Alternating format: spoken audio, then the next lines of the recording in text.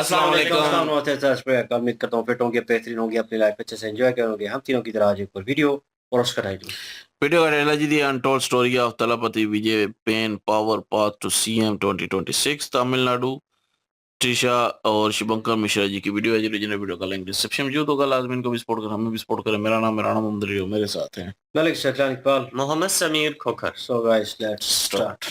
तमिलनाडु में एक film star और भगवान के बीच फर्क करना लगभग नामुमकिन है।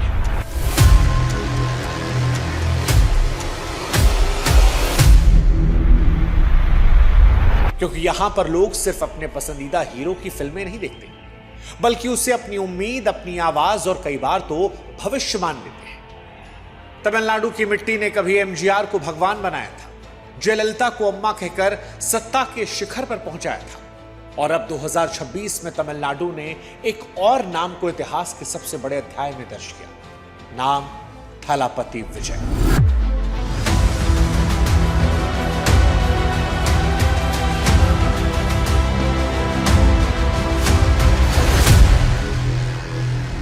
वो स्टार जिसे लोग पर्दे पर थलापति कहकर चीखते थे, अब वो तमिलनाडु की पॉलिटिक्स का सबसे बड़ा चेहरा है।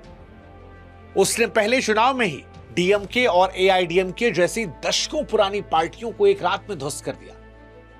आलम यह है कि वो दुश्मनी भुलाकर साथ मिलकर विजय को रोकने की कोशिश कर रही है। लेकिन विजय की कहानी सिर्फ एक सुपरस्टार बनने की कहानी नहीं है। यह कहानी उस लड़के की है जिसकी एक्टिंग पर लोग हंसे थे, जिसके चेहरे का मजाक उड़ाया गया था, जिसे सालों तक नेपो किड कहा गया, जिसे एक डायरेक्टर का बेटा कहकर खारिज कर दिया गया। लेकिन जब दुनिया विजय की कमियों को गिना रही थी, तब विजय चुपचाप लोगों के दिलों में जगह बना रहे थे। फिल्मों में वो सिर्फ हीरो नहीं थे, बल्कि आम लोगों के गुस्से, दर्द और उम्मीद की आवाज बन रहे थे। और एक दिन वही फैन क्लब जिसे शुरुआत में लोगों ने मजाक समझा था, वो तमिलनाडु की सबसे बड़ी राजनीतिक ताकत बन गया। टीवीके ने पहले चुनावी लड़ाई में 108 सीटें जीतकर दशकों पुराने किलों को ध्वस्त कर दिया, और तब जाकर पूरे देश को यह समझ आया कि विजय सिर्फ फिल्मों के हीरो नहीं थे। तमिलनाडु में लोग उन्हें बहुत पहले अपना भविष्य मान चुके थे। नमस्कार, मैं हूं शुभंकर मिश्रा और आज की कहानी है थलापति विजय की। इस वीडियो में हम आपको बताएंगे कैसे मजाक बनता एक लड़का बन गया तमिलनाडु का थलापति। हम आपको बताएंगे विजय का स्टारडम इतना खतरनाक क्यों है, कैसे विजय ने उसूलों के लिए अपने पिता के खिलाफ कोर्ट जाकर अर्जी दाखिल की थी, कैसे एक फैन से उन्होंने शादी कर ली थी, फिर एक्ट्रेस त्रिशा, क्या उनकी वजह से विजय की शादीशुदा जिंदगी में दरार आई, लव स्टोरी टूटी, वो कार प्लेट के पीछे जो सीएम 2026 लिखा था, उस मिस्ट्री का सच क्या है, क्या विजय ने जानबूझकर ही किया था, विजय के ड्राइवर का लड़का कैसे आज एमएलए बना है, लोग विजय को भगवान जैसा क्यों मानते हैं, क्या विजय रातों रात पॉलिटिक्स में एक्टिव हुए या वो पिछले 10 साल से तैयारियां कर रहे थे, विजय ने धर्म और राजनीति खेल पलटा कैसे, और क्या तमिलनाडु वाकई में एक नए युग की शुरुआत कर चुका है। ये सारी बातें आज इस वीडियो में आपको बताने वाले हैं। लेकिन इस वीडियो की शुरुआत करें उससे पहले हमारी आपसे गुजारिश है कि हमारे व्हाट्सएप चैनल से आप जरूर जुड़िएगा। लिंक हमने डिस्क्रिप्शन में कमेंट सेक्शन में दिया है, आपके लिए स्कैन भी लगा दिया है। आप जुड़ेंगे, व्हाट्सएप पर हमारी ताकत बनेंगे, तो फिर हमारा आपका रिश्ता मजबूत होगा और जो वीडियोस हम बनाते हैं वो आप तक पहुंच जाएंगे। हम आपके लिए कंटेंट लाते हैं, आप थोड़ी सी मेहनत हमारे लिए कर लीजिए। और अब शुरुआत करते हैं इस वीडियो की। देखिए, कहानी शुरू होती है एक ऐसे दुबले पतले लड़के से जिसे उसके अपनों ने भी शुरुआत में हल्के में लिया था। अक्सर हम और आप सोचते हैं कि कोई बड़े बाप का बेटा होगा तो रास्ता आसान होगा, लेकिन विजय के लिए रास्ता कांटों भरा था। विजय के स्वभाव में जो शांति और सादगी है, वो उन्हें अपनी मां शोभा चंद्रशेखर से मिली। वो एक जानी मानी प्लेबैक सिंगर थी। विजय की कैमरा जर्नी साल 1984 में सिर्फ 10 साल की उम्र से शुरू हुई। अपने पिता की कई फिल्मों में काम करने की वजह से उन पर नेपोटिज्म का ठप्पा लग चुका था। विजय इतने शर्मीले थे कि सेट पर किसी से ज्यादा बात नहीं करते। जब वो लोयला कॉलेज से विजुअल कम्युनिकेशन की पढ़ाई कर रहे थे, तभी फिल्मों के लिए पढ़ाई छोड़ दी। इसके बाद साल 1992 में वो पहली बार कैमरे के सामने आए। लेकिन जब कैमरे के सामने आए तो उन्हें तालियां नहीं बल्कि उपहास मिला, मजाक मिला। आपको जानकर हैरानी होगी, आज तमिलनाडु में जिस विजय के लिए लोग मर मिटने को तैयार हैं, जब विजय का डेब्यू हुआ तो एक बड़ी मैगजीन ने लिखा कि इस लड़के की शक्ल हीरो वाली नहीं है, इनके पिता को पैसा बर्बाद नहीं करना चाहिए, ये तो बदसूरत है। अब आप सोचिए, 18 साल का लड़का जो हीरो बनना चाह रहा था, उसे पहले मोड़ पर बेइज्जत किया गया, गंदी शक्ल वाला कहा गया। विजय की शुरुआत भी खराब रही। विजय की शुरुआत की 7 फिल्में इस कदर पिटी कि उन्हें लोग फ्लॉप मशीन कहने लगे। लेकिन विजय चिल्लाने के बजाय खुद को बेहतर करने पर ध्यान देने लगे। उन्होंने मार्शल आर्ट की ट्रेनिंग ली, अपने डांस को ऐसा बनाया कि आज तमिलनाडु समेत देश में लोग उनके डांस के दीवाने हैं। अपनी एक्टिंग पर दिन रात काम किया और इसके बाद साल 1996 में जब पूवे उनकागा आई तो लोगों को पहली बार एहसास हुआ कि यह लड़का सिर्फ अपने पिता के नाम पर नहीं आया है, इसके पास दमखम है। और फिर धीरे धीरे रजनीकांत के बाद तमिलनाडु का सबसे वफादार और सबसे जुनी फैन बेस विजय के लिए खड़ा हो गया। आज जब वो 108 सीटें जीतकर खड़े हैं तो ये उन तमाम लोगों को आईना दिखाना है जिसने कभी उन्हें नाकाम कहा था। विजय ने साबित किया कि मेहनत इतनी खामोशी से करो कि सफलता शोर मचा दे, और इसी खामोशी से, मेहनत से उन्होंने एक स्टारडम बनाया जो आज खतरनाक है।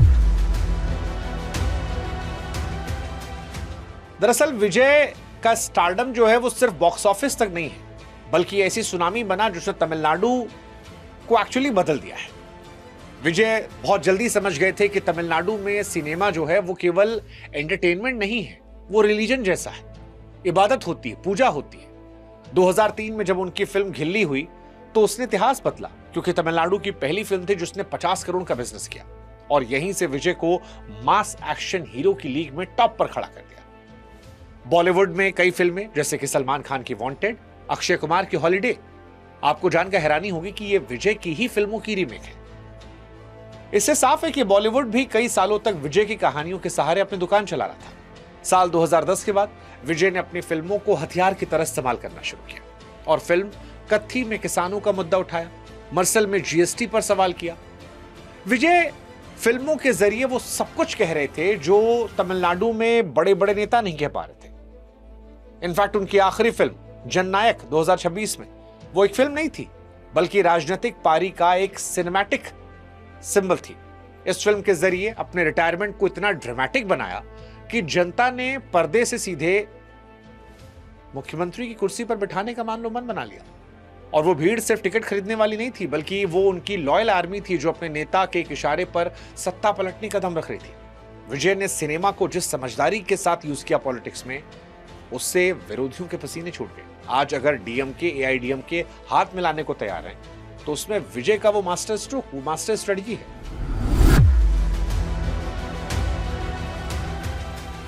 लेकिन विजय की कहानी इतनी आसान नहीं रही है। उनकी लाइफ में भी कंट्रोवर्सी रही है। एक कंट्रोवर्सी उनके पिता के साथ रही। फिल्मी पर्दे पर विजय सबको दुश्मनों से बचा रहे थे, लेकिन असली चुनौती तब आई जब पिता सामने खड़े थे। फिल्मों में विजय हीरो थे, लेकिन असली जिंदगी में वो फैसला लेना पड़ा जो शायद कोई बेटा लेने से पहले 100 बार सोचता। उनके पिता जो एक बड़े डायरेक्टर हैं, S.A. चंद्रशेखर, उन्होंने विजय को उंगली पकड़ चलना सिखाया, फिल्मों में लेकर आए। लेकिन साल 2020 में इन दोनों के रिश्तों में दरार आ गई। विजय को अपने पिता को कोर्ट में घसीटना पड़ा। असल में उनके पिता ने विजय की मर्जी के बगैर उनके नाम पर एक पॉलिटिकल पार्टी रजिस्टर करवा दी। विजय जानते थे कि अगर वो खामोश रहे तो फिर दुनिया सवाल उठाएगी। विजय ने बिना डरे कोर्ट में कहा कि मेरा नाम, मेरी फोटो का इस्तेमाल कोई नहीं करेगा, चाहे मेरे पिता क्यों ना हो। यह फैसला लेना उनके लिए मुश्किल रहा होगा। पिता ने मीडिया में आकर इमोशनल कार्ड भी खिला, लेकिन विजय अपनी बात पर अड़े रहे। और आज उनकी पार्टी टीवीके में उनकी फैमिली का कोई भी मेंबर नहीं है। परिवारवाद को उन्होंने अब दूर रखा, क्योंकि परिवारवाद के ही खिलाफ उन्होंने पॉलिटिकल शुरुआत की थी। दुनिया को बताया कि अपनी पहचान के दम पर वो अपनी पहचान बनाएंगे, किसी विरासत के खैरात पर नहीं। और शायद ये स्वाभिमान जनता की नजरों में उन्हें और उठाने लगा, क्योंकि लोगों को विजय में एक ऐसा नेता दिखा जो कॉम्प्रोमाइज नहीं कर रहा था। वैसे विजय की लव स्टोरी की बात करें तो वो भी कमाल की लव स्टोरी थी। विजय के जिद उसूलों की लाइफ है। इसकी नींव में उनकी पत्नी का भी हाथ रहा, जिनसे उनकी मुलाकात किसी फिल्मी स्क्रिप्ट की तरह हुई थी। आपको जानकर हैरानी होगी, उनकी वाइफ जो पुरानी थी वो एक फैन थी और फैन से धर्मपत्नी बनी। साल 1996 में संगीता नाम की एक लड़की जो लंदन के एक बड़े बिजनेसमैन की बेटी थी, वो विजय से मिलने चेन्नई पहुंचती है। वो उनकी इतनी बड़ी फैन होती है कि बस एक झलक उन्हें सामने से देखना चाहती थी। विजय को उस लड़की की सादगी, उसका भोलापन इतना अच्छा लगा कि बीवी बना लिया। 1999 में दोनों की शादी हुई। संगीता ने लंदन का सारा ऐशो आराम छोड़ा ताकि चेन्नई की धूप में विजय का साथ निभाए। संगीता उस सिर्फ पत्नी नहीं बनी बल्कि ताकत बनी। हालांकि 2026 आते आते इन दोनों की लाइफ में काफी ट्विस्ट आए। फरवरी 2026 में संगीता कोर्ट गई और डिवोर्स मांगा। उन्होंने आरोप लगाया कि विजय वक्त नहीं देते और किसी एक एक्ट्रेस के साथ उनका अफेयर चल रहा है। उनकी वाइफ ने कहा कि विजय उन्हें मेंटली परेशान कर रहे हैं। अपने बच्चों के लिए पैसे की मांग की। बच्चों की कस्टडी को लेकर खींचतान शुरू हुई। यहां तक कि विजय के बेटे जेसन संजय ने भी सोशल मीडिया पर अपने पिता को अनफॉलो कर दिया, जिससे दुनिया को पता लगा कि विजय की लाइफ में सब कुछ ठीक नहीं है। हालांकि शपथ ग्रहण की चर्चाओं के बीच फैमिली को साथ में देखा गया, लेकिन सच ये भी है कि घर की आग बुझी नहीं है। कोर्ट केस की सुनवाई जो है वो टली है। विजय की पर्सनल लाइफ में काफी चीजें चल रही हैं और इसके पीछे वजह है त्रिशा, एक्ट्रेस त्रिशा। वो त्रिशा जिनको लेकर वाइफ ने आरोप लगाया कि हस्बैंड जो हैं वो एक एक्ट्रेस के साथ हर जगह दिखते हैं, मुस्कुराते हैं, दोनों के बारे में बातें चल रही है, लेकिन वो खामोश रहते हैं। अब सवाल है क्या त्रिशा और विजय डेट कर रहे हैं? देखिए, जहां कामयाबी और बेपनाह शौहरत होती है वहां अफवाहें और विवाद भी साए की तरह चलता है। विजय की लाइफ में त्रिशा का नाम एक ऐसा ही चैप्टर है। विजय और त्रिशा की जोड़ी रियल लाइफ में आती है और वो रियल लाइफ तक अब चर्चा में है। आज लोग चटकारे ले रहे हैं, लोग मजाक उड़ाते हैं कि विजय चीफ मिनिस्टर बनेंगे और होम मिनिस्टर जो है वो त्रिशा बनेंगे। लेकिन विजय और त्रिशा की दोस्ती या कहें कि जान पहचान शुरुआत होती है साल 2004 में घिल्ली के सेट पर। पर्दे पर उनकी केमिस्ट्री इतनी नेचुरल थी कि लोगों को पहली बार रील और रियल की भी शक हो गया। इसके बाद तिरुपाची, कुर्वी जैसी फिल्मों ने शक को हवा दी। लेकिन 2008 के बाद इस सुपरहिट जोड़ी ने अचानक 14 साल के लिए एक दूसरे से काम करना बंद कर दिया। फिर साल 2023 में लियो के जरिए दोनों साथ आए और फिर तब से अफवाहें शुरू हो गई। लगातार अफवाहें चल रही हैं। मतलब त्रिशा का कैंपेन में साथ आना, त्रिशा का वोट देने जाना, त्रिशा का इनफैक्ट एक पुराना वीडियो भी वायरल हो रहा है जिसमें वो चीफ मिनिस्टर बनना चाह रही थी। और 4 तारीख को जब नतीजे आए तो लोग पुष्पा 2 का एग्जाम्पल दे रहे थे कि विजय ने त्रिशा को जीत गिफ्ट कर दी। हालांकि बीच में इन दोनों के बीच में भी कंट्रोवर्सी आई थी। इन दोनों ने भी एक दूसरे को इंस्टाग्राम पर अनफॉलो किया था, लेकिन फिर ऑल इज वेल दिखा। त्रिशा को हाल ही में तिरुपति मंदिर में विजय की जीत के लिए प्रार्थना करते देखा गया। रिपोर्ट यह भी कहती है कि वो विजय के घर पर भी स्पॉट हुई हैं। 2026 चुनाव से ठीक पहले नॉर्वे में दोनों के साथ देखे जाने की तस्वीरें भी आईं। फिर वाइफ का डिवोर्स फाइल करना, वो भी जनता को यकीन दिला रहा था कि दाल में कुछ काला है। उनके ऑपोजिशन ने उनके कैरेक्टर को लेकर बहुत सारे सवाल उठाए। त्रिशा को घर तोड़ने वाली औरत तक कहा, लेकिन दोनों यहां शांत रहे और बाद में जीत हुई। अब इस जीत में उनकी खामोशी को भी लोग मास्टर स्ट्रोक बता रहे हैं। हालांकि इस जीत के बीच में विजय की गाड़ी का वो नंबर भी बड़ा वायरल हुआ, CM 2026। एक तरफ विजय की पर्सनल लाइफ में कंट्रोवर्सी चल रही थी, लेकिन ऐसा लगता है कि विजय शायद क्लियर थे चीफ मिनिस्टर बनने को लेकर। मानो सालों पहले से ही पूरा प्लान कर रखा था। विजय की पॉलिटिक्स में सबसे ज्यादा चर्चा उस पुरानी मिस्ट्री कार की है जिसके नंबर प्लेट ने सालों पहले भविष्य की तस्वीर बताई थी। कार का नंबर TN07 CM 2026। और आज लोग दंग हैं ये तस्वीर देखकर। क्या विजय ने बहुत पहले तय कर लिया था कि वो 2026 में मुख्यमंत्री कुर्सी पर बैठेंगे? इसे सिर्फ एक इत्तेफाक कहना मुश्किल है, क्योंकि विजय ने अपनी फिल्म गोट में भी इसी नंबर का जिक्र किया। क्या ये मेंटल गेम था जिसने जनता और फैंस के मन में यकीन किया कि विजय का राजा बनना कुदरत का फैसला, या विजय ने तैयारी कर रखी थी पूरी प्लानिंग के साथ? विजय ने राजनीति में कदम किसी हड़बड़ी में भी नहीं रखा, बहुत लंबी प्लानिंग का हिस्सा था। कई बार लोगों को लगता है कि शायद रातों रात था। नहीं, 2013 में जब उनकी फिल्म थलाइवा आई थी, उस वक्त ही जो मुख्यमंत्री थी जयललिता जी, उनको एहसास हो गया था कि ये पॉलिटिक्स में आना चाहते हैं, और तभी शायद जयललिता ने इनको टाइट करना शुरू कर दिया था, क्योंकि विजय को समझ में आ गया था कि अगर व्यवस्था बदलनी तो मैदान में उतरना पड़ेगा। हालांकि जयललिता ने इनको टाइट किया। उसके बाद विजय खामोशी से काम करते रहे, NGO चलाने लगे, फैन बेस बनाया। 10 साल तक वो चुप रहे। लेकिन जयललिता की मौत के बाद जब तमिलनाडु में एक वैक्यूम क्रिएट हुआ, उसके बाद विजय ने फिर से शुरुआत की। जब तक जयललिता जिंदा थी तब तमिलनाडु का कोई भी हीरो पॉलिटिकल राइज नहीं पाया, क्योंकि जयललिता इतनी कठोर हो चुकी थी कि वो किसी को आगे नहीं बढ़ने दे रही थी। लेकिन उनके जाने के बाद विजय ने अपनी शुरुआत की, जीत की शुरुआत की, और उसका एक नतीजा दिखता है कि विजय का पर्सनल ड्राइवर का बेटा भी टीवीके के टिकट पर चुनाव लड़कर विधायक कुर्सी हासिल कर लेता है। वो जो तस्वीर वायरल हुई थी जहां पर ड्राइवर का बेटा विजय के पैर छूता है, वो अपने आप में एक भावुक लम्हा था, लोकतंत्र की ताकत को दिखाने वाला। हालांकि विजय ने 2 सीटों पर चुनाव लड़ा था, पोरंबूर और तिरुचिरापल्ली। इन दोनों सीट पर चुनाव लड़ा, दोनों सीट पर जीते।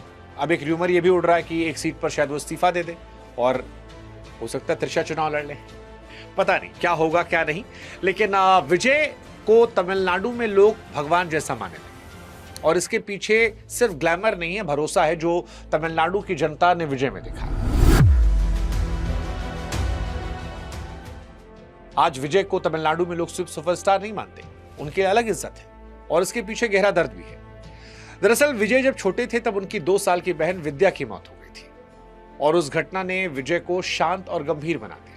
आज भी वो अपनी बहन की याद में करोड़ों का दान करते हैं, लेकिन कहीं पर कोई कैमरा या फोटो नहीं होता। विजय वो शख्स हैं जिनसे आप ये कम से कम सीख सकते हैं, क्योंकि दान के बारे में अक्सर कहा है कि दाएं हाथ से दान करो, बाएं को पता न लगे। आज जब लोग एक केला भी देते हैं और सोशल मीडिया पर दिखाते हैं, वहां पर विजय का ये स्वभाव तमिलनाडु के लोगों के दिल में घर करता है। विजय की सिंपलिसिटी भी लोगों के दिल में घर करती है। वो रात के अंधेरे में खुद कार चलाते हैं, सड़कों पर साइकिल लेकर निकल जाते हैं। 2021 में उनका साइकिल से वोट डालने जाना कोई दिखावा नहीं था, बल्कि जनता के उस गुस्से के साथ खड़े होने का उनका तरीका था जो महंगाई से परेशान थी। वे हजारों बच्चों की पढ़ाई का खर्चा उठाते, प्रचार नहीं करते। विजय की यह संजीदगी, उनकी सादगी शायद उन्हें उनकी मां शोभा चंद्रशेखर से मिली है, जिन्होंने उन्हें जीवन के सबसे कठिन दौर में संभलना सिखाया। और इसी वजह से विजय धीरे धीरे थलापति और फिर तमिलनाडु के लोगों की जान हो गए, क्योंकि तमिलनाडु की जनता ने देखा जब पावर के साथ दया भी मिलती है तो इंसान सिर्फ एक्टर नहीं रहता, वो रक्षक बन जाता है। जयललिता और करुणानिधि जैसे दिग्गजों के जाने के बाद जनता ने विजय में वो रक्षक ढूंढा है जो उनकी बात सुनेगा और शायद उनके लिए खड़ा होगा।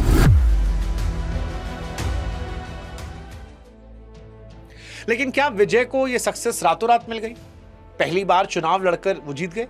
देखिए, बहुत सारे लोगों को लगता है कि विजय पहली बार में जीत गए, रातों रात हुआ है, लेकिन हकीकत यह है कि उनकी 10 साल की खामोश तपस्या का नतीजा है। विजय ने राजनीति में कदम किसी हड़बड़ी में नहीं रखा, बल्कि एक बड़ा प्लान था जिसकी शुरुआत 2013 में, जैसे हमने बताया, थलाइवा फिल्म से हुई थी। उस वक्त विजय को रोका गया, लेकिन विजय चुपचाप अंडरग्राउंड काम कर रहे थे। उनके फैन क्लब्स ने गांव में अस्पताल, लाइब्रेरी, कोचिंग सेंटर खोला, जिससे जनता से सीधा जुड़ाव हुआ। टीवीके की इस ऐतिहासिक जीत में सबसे बड़ा रोल उन लाखों युवाओं और डिजिटल आर्मी का था जिन्होंने सोशल मीडिया के हर प्लेटफॉर्म पर विजय की विचारधारा को घर घर तक पहुंचाया। जब दूसरे नेता सिर्फ भाषण दे रहे थे, तब विजय के लोग जमीन पर काम कर रहे थे, और 2026 की जीत उसी का नतीजा है। विजय ने अपनी फिल्मों को भी एक प्रयोगशाला की तरह इस्तेमाल किया, खामोश रहकर डेटा जुटाया, अपने कैडर को एक सेना की तरह प्रशिक्षित किया, युवाओं की नफ्स पकड़ी और ये भरोसा दिलाया कि वो सिर्फ एक्टर नहीं है, भविष्य बदलने वाले नेता है। हालांकि विजय को इसमें परेशानियों का सामना भी करना पड़ा, उनके धर्म की वजह से। अगर वो चीफ मिनिस्टर बनते हैं तो पहले ईसाई चीफ मिनिस्टर होंगे जो मुख्यमंत्री बनेंगे, लेकिन यह आसान नहीं था, क्योंकि विरोधियों ने कमजोर करने के लिए धर्म को भी हथियार बनाया। लेकिन विजय ने यहां भी सबको मात दी। तमिलनाडु की राजनीतिक जमीन भाषा धर्म को लेकर बहुत सेंसिटिव है, और विरोधियों ने विजय को घेरने के लिए उनकी असली नाम जोसेफ विजय उछाला, जिसमें ईसाई बताकर लोगों को दूर करने की कोशिश की। लेकिन विजय ने यहां भी सबको हैरान किया।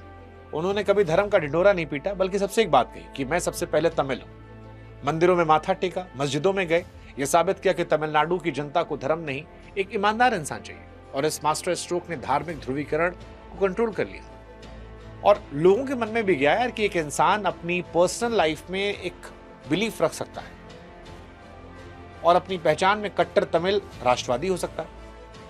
विजय ने अपनी रैलियों में कभी ईसाई धर्म का प्रचार नहीं किया और ना कभी डिफेंसिव होकर सफाई दी, बल्कि उन्होंने तमिल शब्द को प्रायोरिटी रखा, और इसने उनके लोगों के दिल में घर रखा और एक मैसेज जनता में गया कि आस्था घर पर है तो उससे कोई फर्क नहीं पड़ना चाहिए।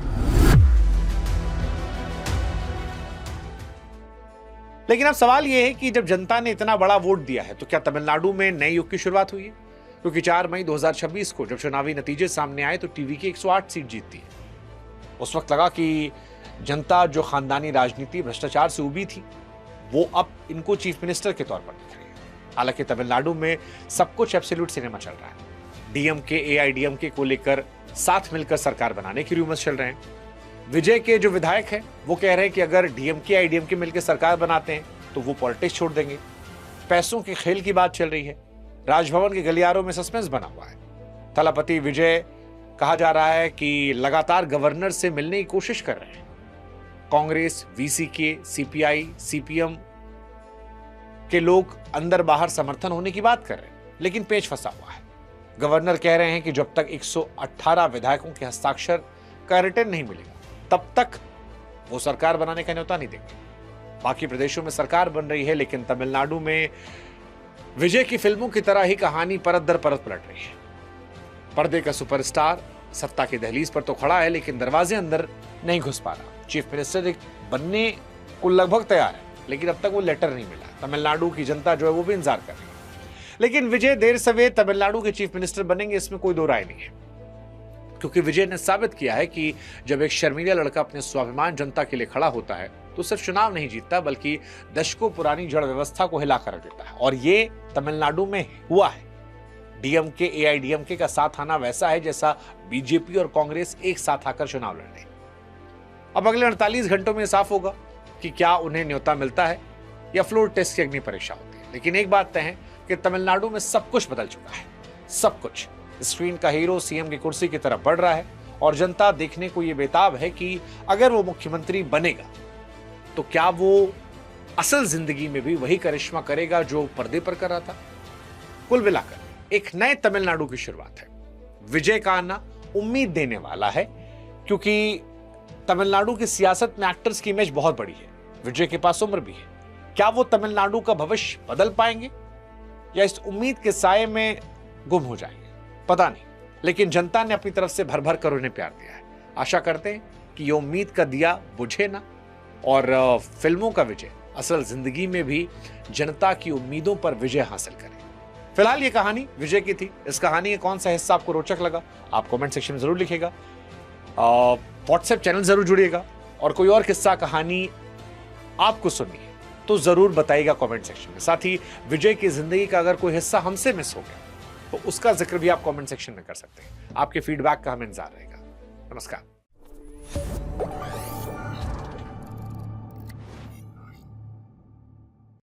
एक जो है क्या लें कि एक फिल्म स्टार और उसकी बायोपिक जो है भाई, पहली बात तो ये है कि आप नाकामयाब होते हैं, आपका कोई नाम नहीं होता, उस वक्त आपको कोई नहीं जानता।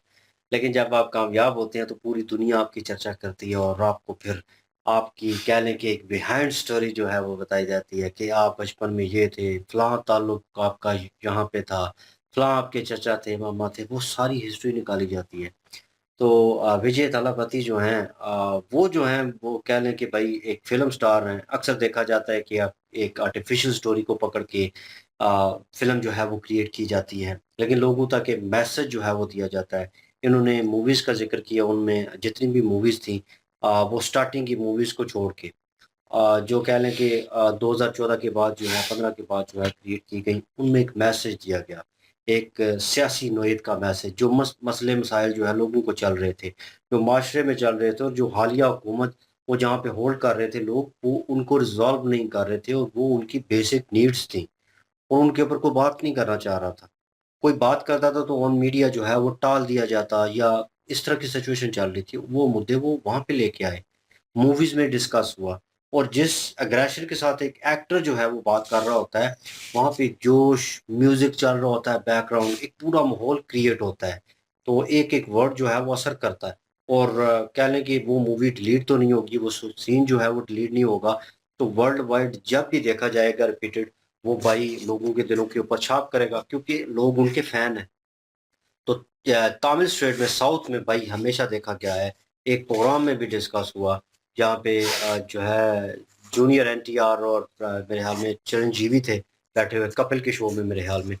तो वहाँ पे उन्होंने कहा कि ये जो लोग अगर बाहर निकले, आलिया भट्ट कह रही थी, तो इतने लोग उन्हें देखने के लिए आते हैं कि वहाँ पे सिक्योरिटी के लिए मसले मसाइल पैदा हो जाते हैं। इनको पहले जो है 1 हफ्ता या 2 हफ्ते पहले एक किस्म का वहाँ से पास लेना पड़ता है कि भाई हम मीट एंड ग्रीट कर रहे हैं या बाहर कहीं निकलने वाले हैं।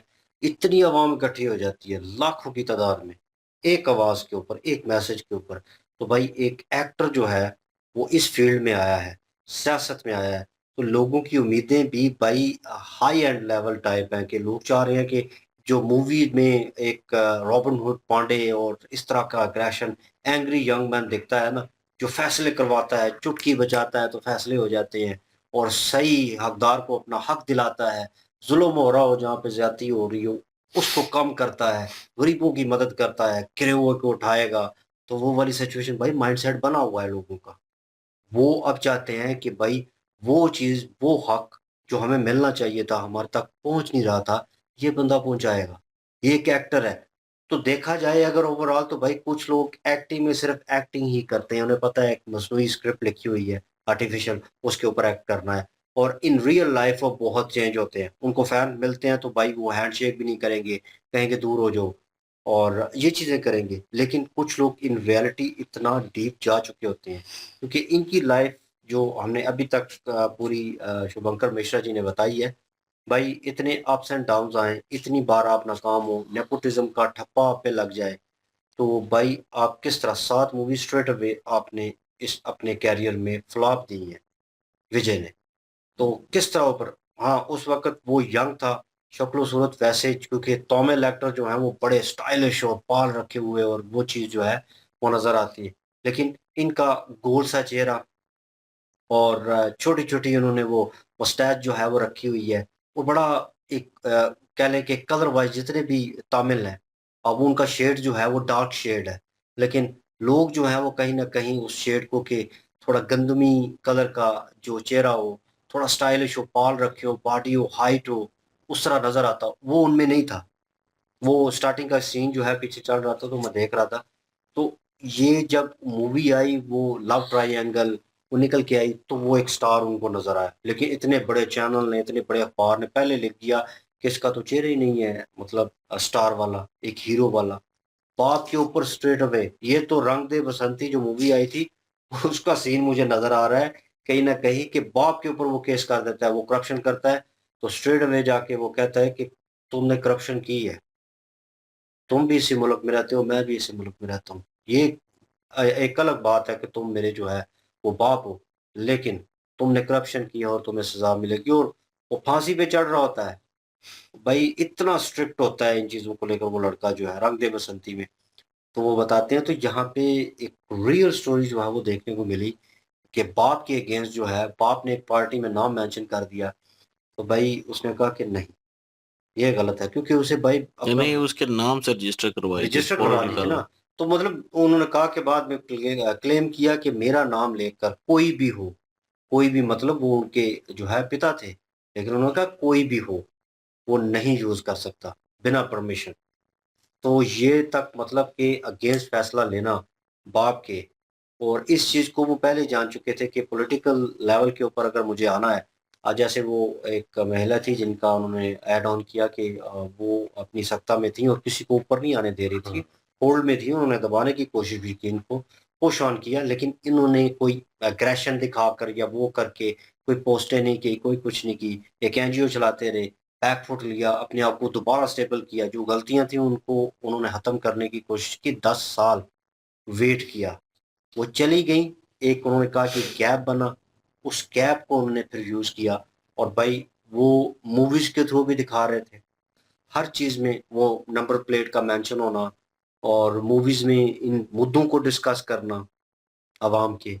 तो अभी वो आ चुके हैं तो भाई मैं चाहूँगा कि इन रियल लाइफ़ कि यार वो बंदा जिस तरह मूवी में दिखता है चलो उसके 100% ना सही 50% ही कर लें, वो भाई उसको अपना किरदार अदा करना चाहिए और होना भी चाहिए भाई एक बंदे को इस तरह।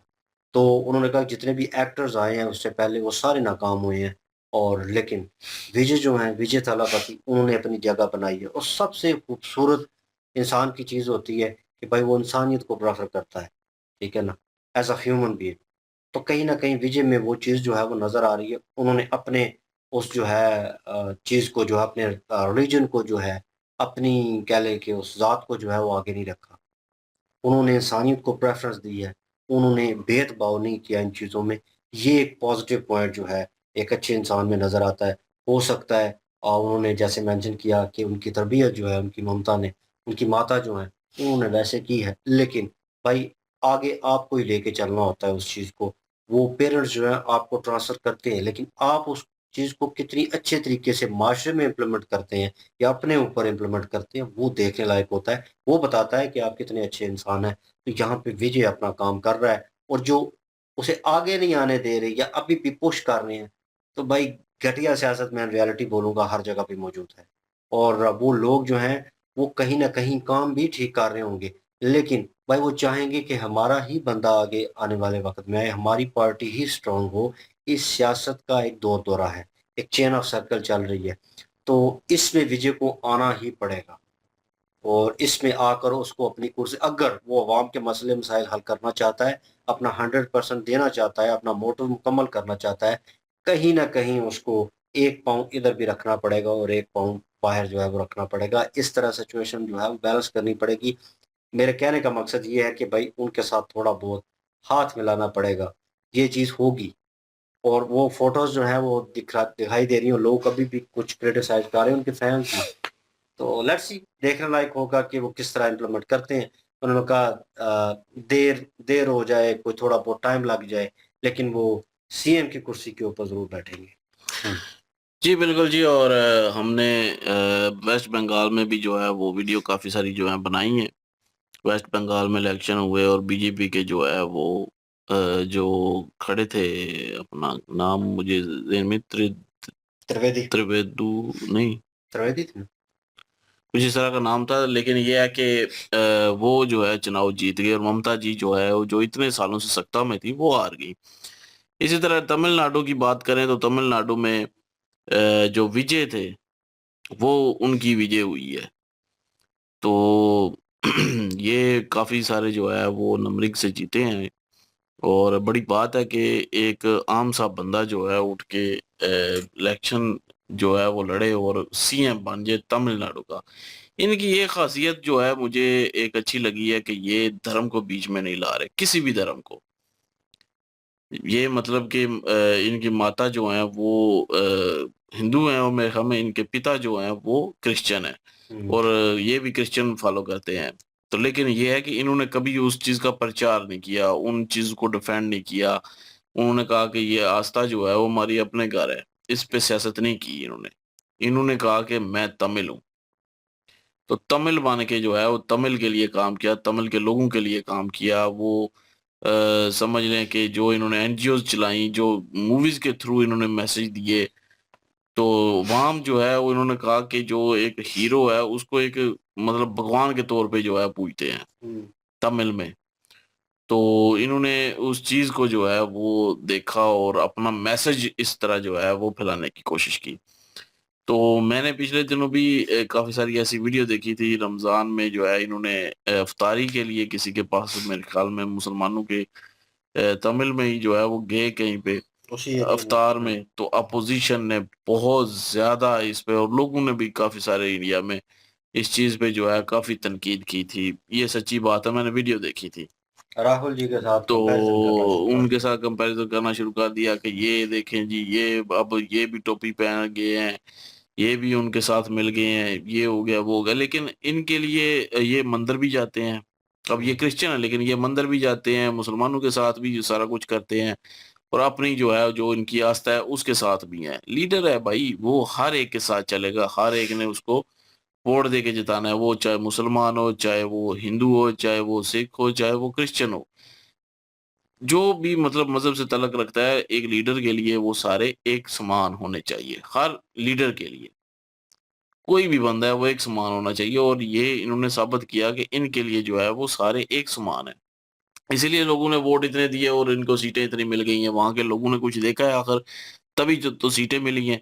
अगर ये पॉलिटिक्स में अगर कुछ गड़बड़ करेंगे बाद में, क्योंकि अब तो सीएम जो है वो ज़ाहिर है इनको कुर्सी मिल जाएगी, लेकिन अभी भी इनको देरी हो रही है, वो ये होनी नहीं चाहिए। मैं सीरियसली कहूँगा कि देरी नहीं होनी चाहिए और इनको जो है वो जो है वो अपना क्या कहते हैं सीएम की सीट। सीएम की सीट जो है वो मिलनी चाहिए।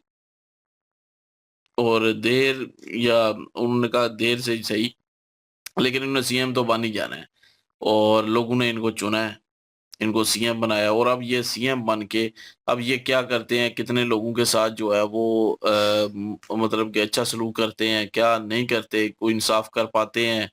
अगर तो करेंगे भाई तो अगली दफा फिर से जो है वो जनता देखेगी कि इन्होंने काम किया, डेवलपमेंट के काम किए, लोगों को इंसाफ पहुंचाया, आम गरीबों को जो है वो सपोर्ट किया, उनकी सुनी। जिसके साथ ज्यादती हो रही है उसकी ज्यादती जो है वो मतलब कि खत्म करने की कोशिश की, तो लोग देखेंगे और अगली दफा फिर से जो है वो और ज्यादा सीटें लेके ये जीतेंगे। अगर इन्होंने मतलब कि कुछ ना किया बाकी पॉलिटिशियन की तरह, सीरियसली कहूंगा काफी सारे ऐसे पॉलिटिशियन होते हैं ना कि कुछ भी नहीं करते, तो नहीं करेंगे जिस तरह ममता बनर्जी हैं कि मतलब कि किसी गरीब के साथ जो है इंसाफ नहीं हुआ, वहां पे जो है वो बदमाशी चल रही थी, वहां पे काफी सारा जो है ऐसा था, तो लोगों ने सीएम जो है वो चेंज कर लिया अपना वेस्ट बंगाल में। इसी तरह यहाँ पे भी अगर ये कुछ नहीं करेंगे तो यहाँ पे भी उन्होंने चेंज कर लेना है। और अगर इनको करना चाहिए अब, क्योंकि लोगों ने कुछ उम्मीदें लेके ही इनको सीएम बनाया है, तो इनको करना चाहिए। अपोजिशन तो भाई इल्जाम भी लगाती है, अपोजिशन को तो मौका चाहिए, लेकिन मैं एक बात यहाँ पे करूंगा, किसी की जातियात पे जो है वो नहीं उतरना चाहिए। अगर उसका किसी के साथ जो है वो रिलेशन है या नहीं है, उसकी पर्सनल लाइफ में क्या हो रहा है, वहां पे किसी को दखल देने की जरूरत नहीं है, वो उसकी पर्सनल लाइफ है। हाँ, वो जनता के साथ नाइंसाफी करता है, जनता के साथ जो है वो लोगों के साथ, गरीबों के साथ वो इंसाफ नहीं कर पाता या कुछ ऐसा नहीं कर पाता, बेहतरी के लिए नहीं कर पाता, डेवलपमेंट के काम नहीं करता, तो फिर जरूर बोलें, फिर उन पे उंगली उठाएं, उनको जो है वो जो क्रिटिसाइज करना है बिल्कुल करें, वो जनता का हक है। लेकिन किसी की पर्सनल लाइफ को लेके किसी का कोई भी हक नहीं बनता कि किसी की पर्सनल लाइफ में दखल अंदाजी करे। अब उनकी जो पत्नी है, उनके साथ उनकी क्यों नहीं मान रही, वो बेहतर जानते हैं, क्योंकि साथ वो रहते हैं। या उनकी पत्नी जानती है कि वो उनके साथ क्यों मतलब डिवोर्स लेना चाहती है, ऐसा क्या है उन्होंने देखा, ये वो जानती है। अब जो दूसरी वो क्या नाम है, एक फिल्म एक्ट्रेस है, उनकी बात कर रहे हैं कि उनके साथ उनका अफेयर चल रहा है। अब उनके साथ अफेयर चल रहा है या सिर्फ दोस्ती है या सिर्फ मूवी की हद तक है, ज्यादा पर्सनल नहीं है, ये तो वही जानते हैं ना। लेकिन ये उनके घर का मामला है सारा, तो उसमें ज्यादा उनकी जातियात को, उनकी करैक्टर को जो है उछालना नहीं चाहिए। काम नहीं करते, सीएम बन चुके हैं, काम नहीं करते, लोगों का भला नहीं करते, तो फिर जरूर क्रिटिसाइज करें। फिर तो जनता का बनता है क्रिटिसाइज करना। और अपोजिशन तो जो है वो जातियात पे उतर आती है, कोई भी अपोजिशन हो, किसी भी मुल्क की ले ले भाई, वो तो बस मौके ढूंढती है किसी ना किसी तरह जो है इसको बदनाम किया जाए, इसको जो है लताड़ा जाए, धर्म को बीच में लेके आ जाना, पर्सनल लाइफ को बीच में लेके आ जाना, ये दो अलग चीजें हैं, ये इनको अलग ही रखना चाहिए। बाकी जो जनता के लिए काम है वो उन पे ध्यान देना चाहिए। और बाकी इनकी लाइफ इन्होंने कहा कि सिंपल है, कोई ऐसी बात नहीं है। फिल्में जो है इन्होंने फ्लॉप काफी सारी दी हैं और लोगों ने भी तनकीद की थी कि ये हीरो नहीं बन सकते, नेपोटिज्म का ठप्पा लगा, उसके बाद हीरो नहीं बन सकते। बाकी ठीक है, मानने वाली बात है कि एवरेज इनकी शक्ल है, तो लेकिन फिर भी जो है इनकी एक्टिंग स्किल जो है वो जाहिर है, एक्टिंग के थ्रू उन्होंने अपना घर एक लोगों के दिलों में बनाया। तो आज देख लें, लोगों ने उनको अपने सरों को बिठाया है। अब ये क्या करते हैं ये वक्त बताएगा, लेकिन लोगों ने उनको चुना और किसी वजह से ही चुना होगा। देखते हैं जी वो पूरा कर पाते हैं कि नहीं। बिल्कुल जी, विजय थालापति जो हैं, उनकी ज़िंदगी में बहुत सारी चुनौतियों का उनको सामना करना पड़ा है और उन सब चुनौतियों का उन्होंने सामना किया है। कहते हैं कि ज़िंदगी में अगर लगातार आपको नाकामियाँ मिल रही हैं, तो इसका ये मतलब नहीं है कि आप उसमें कामयाब नहीं हो सकते। इनको नाकामियों का सामना करना पड़ा, लेकिन इन्होंने अपनी कोशिश जो है, अपनी मेहनत जो है, वो जारी रखी है और मेहनत का फल जो है, वो तो इंसान को ज़रूर मिलता है। वो करता रहे तो एक टाइम ऐसा आता है कि उसका फल जो है, इंसान को मिल ही जाता है। हालाँकि इनके ऊपर बहुत सारे इल्ज़ाम भी इस तरह के थे कि इनके पिता जो हैं वो एक डायरेक्टर हैं, तो उसकी वजह से ये जो है वो कह लें कि स्टार फ़ील्ड में आए हैं, हालाँकि इनकी स्टार वाली शक्ल नहीं है। इस तरह का मज़ाक भी इनका उड़ाया गया। लेकिन इन सब चीज़ों को बर्दाश्त करते गए हैं और जिस तरह से ये मूवीज़ में अवाम के मुद्दे लेकर आना और एक कह लें कि बड़े-बड़े नेता जो हैं, वो भी नहीं बोल पाते थे, जो एक मूवी के माध्यम से एक पैगाम लोगों तक या लोगों की समस्या जो है वो सरकारों को दर्शाना। तो ये चीज़ें जो है मूवी के माध्यम से तो करते रहे हैं। अब इनको भगवान ने मौका दिया है और ये एक सीएम बन चुकी हैं तमिलनाडु के, और लोगों की जिस तरह से प्रॉब्लम को ये समझते थे, मूवीज़ में ये जिस तरह से लोगों के साथ चलते रहे हैं या उनकी परेशानियों को हल करते रहे हैं। अब देखना ये है कि प्रैक्टिकल में ये तमिलनाडु के जो लोग हैं, उनके लिए क्या कर पाते हैं और उनकी जो बेसिक ज़रूरियात हैं, उनके ऊपर वर्क करना बड़ा ज़रूरी है। अब लोगों ने इनके ऊपर एतमाद तो किया, लोगों को लगता है कि ये एक ऐसे लीडर हैं, जो एक बड़ा चेंज लेकर आ सकते हैं। अब देखते हैं कि ये क्या चेंज लेकर आएँगे। जी, बिल्कुल जी। बिल्कुल जी, और कमेंट सेक्शन ओपन है जी, आपके लिए आप क्या राय रखते हैं इसके बारे में? कमेंट सेक्शन में प्लीज़ ज़रूर बताइएगा। इनके वीडियो की लिंक भी डिस्क्रिप्शन में मौजूद होगी। प्लीज़ इनके थ्रू हमें भी सपोर्ट कर दीजिएगा। इंशाल्लाह मिलते हैं नेक्स्ट वीडियो में। अपना ख्याल रखिएगा, दुआ में याद रखिएगा। तब तक के लिए अल्लाह हाफ़िज़, पीस।